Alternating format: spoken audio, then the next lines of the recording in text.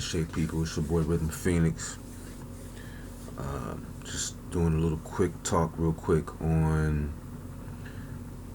the Divine Mother, the beginning of creation, things like that. Before creation,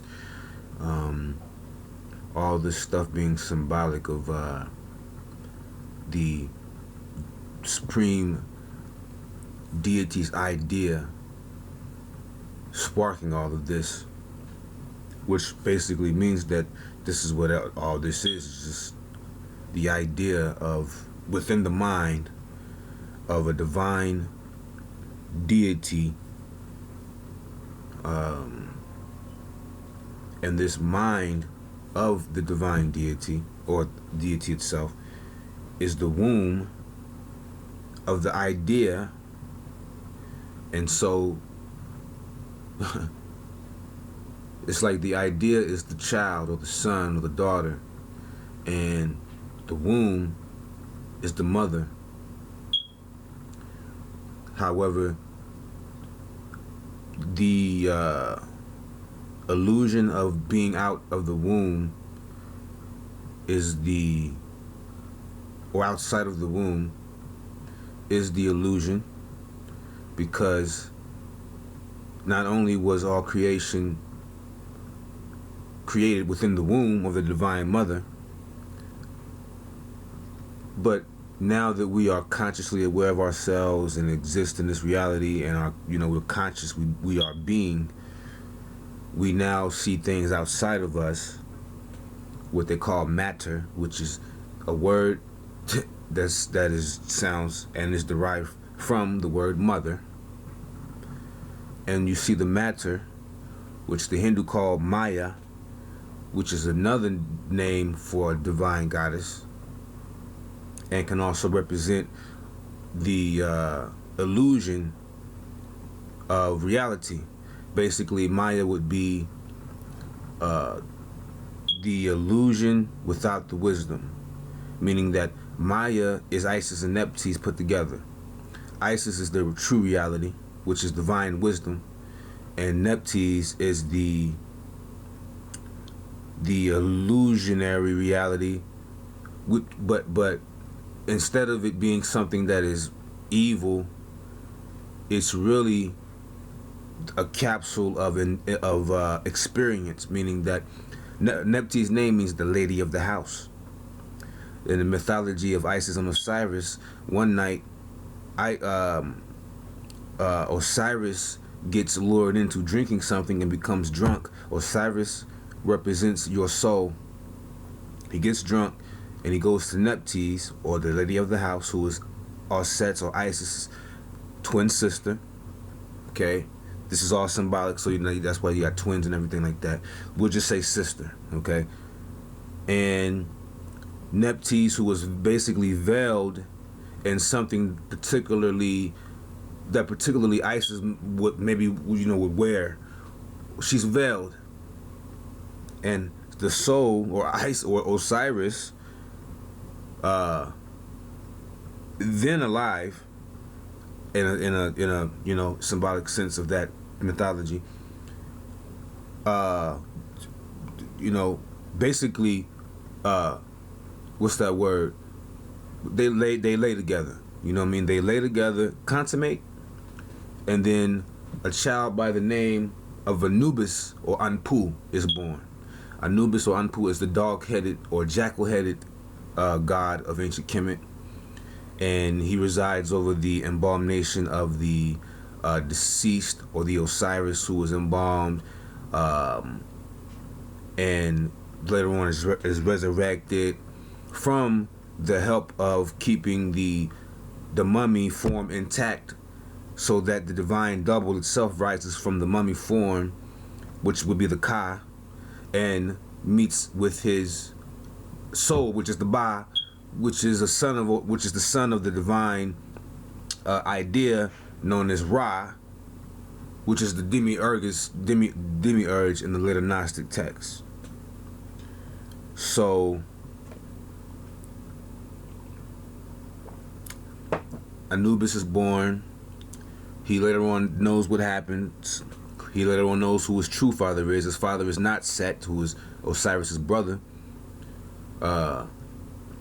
Symbolized as the ego. You see, Nephthys was symbolized as mortality. I also believe morality as well, but I'll just stick with mortality. Yes, she represents mortality,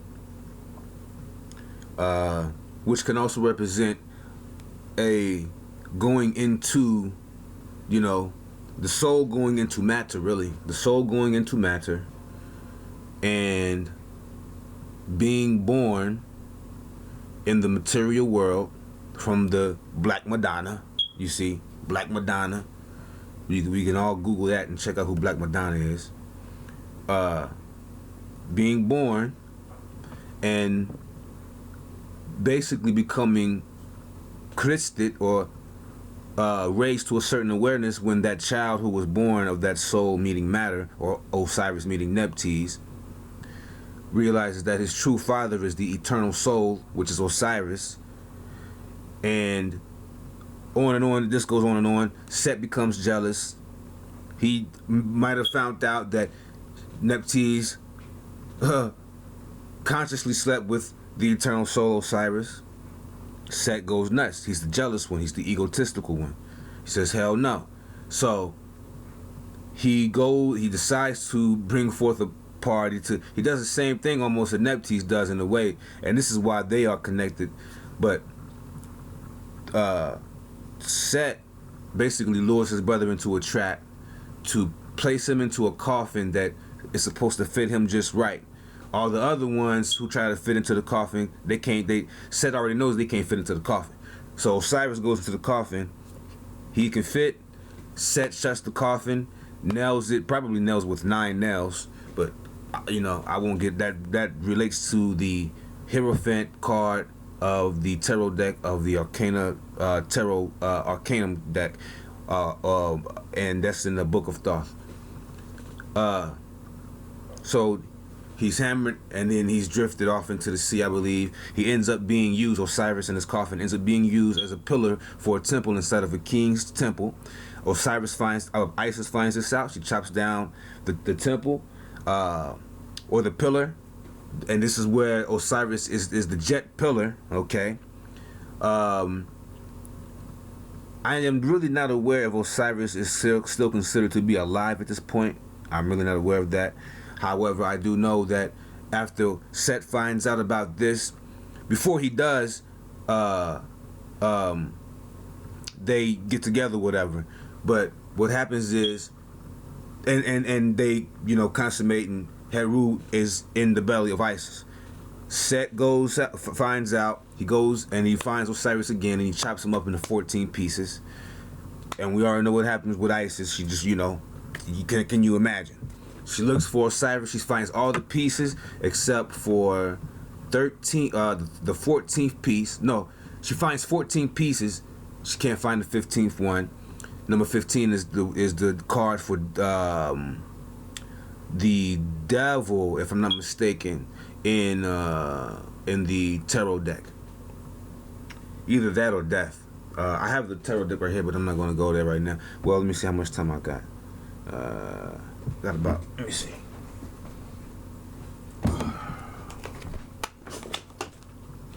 Just to be correct on that, 15. The devil. Okay, so the tarot card 15, the devil, is the 2012 Tarot of Ascension deck, and I've had it since then. It's about to be 11:11, and the first part of this video will end in about 45 seconds. It would be extremely strange if it ended and 11:11 came on. 11:11 is a very, very key number. We ran into this book. Me and my wife ran into this book after we started seeing 11:11. Unbelievable that we found out, and there's a spiral here, right there, that we've come to find out that this is was an alarm prompt and is waking people up around the world. As I have 15 seconds left, I will continue on with Osiris and stuff in the next part, but just wanted to show you this book, 11:11. It is now 11:11, and we're going to do part 2.